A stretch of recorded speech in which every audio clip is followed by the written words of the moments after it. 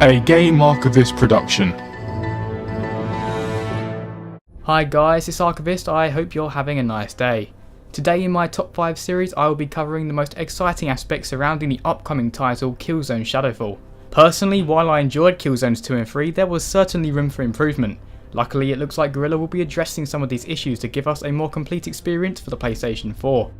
Number 5.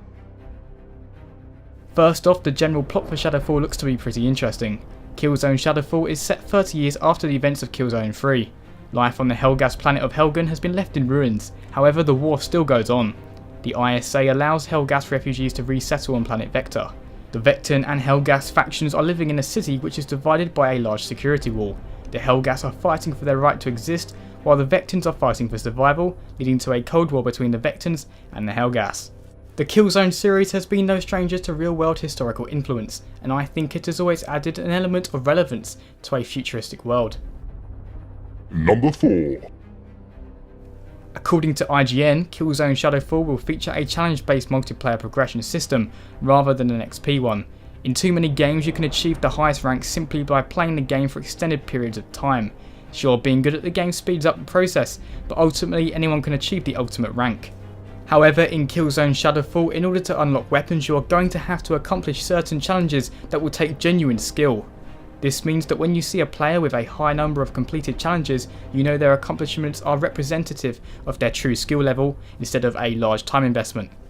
Killzone Shadow Fall is said to launch with a staggering 1,500 challenges, should be enough to keep even the best players going for a while. Number 3.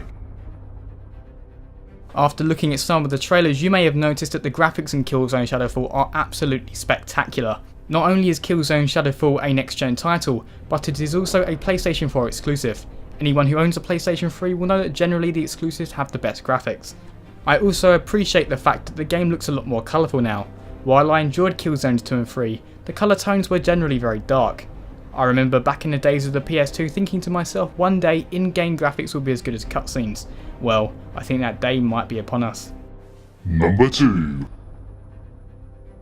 The longevity of Killzone Shadow Fall also looks to be fairly promising.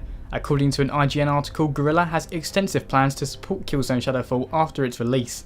The game will launch with 10 maps, and all maps released as downloadable content will be made available completely free of charge. There is a team at Guerrilla already dedicated to making this DLC, so you can probably expect those maps sooner rather than later. So in summary, Shadow Fall looks to be a game that will only improve after its initial release. It's number 1. Anyone who has played previous Killzones will likely have fond memories of Warzones, a game mode with multiple objectives that encourage players to work as a team dynamically. Thankfully, Warzones will return to multiplayer with supercharged customization features. There are 8 mission modes in total, 4 of which are new to Killzone.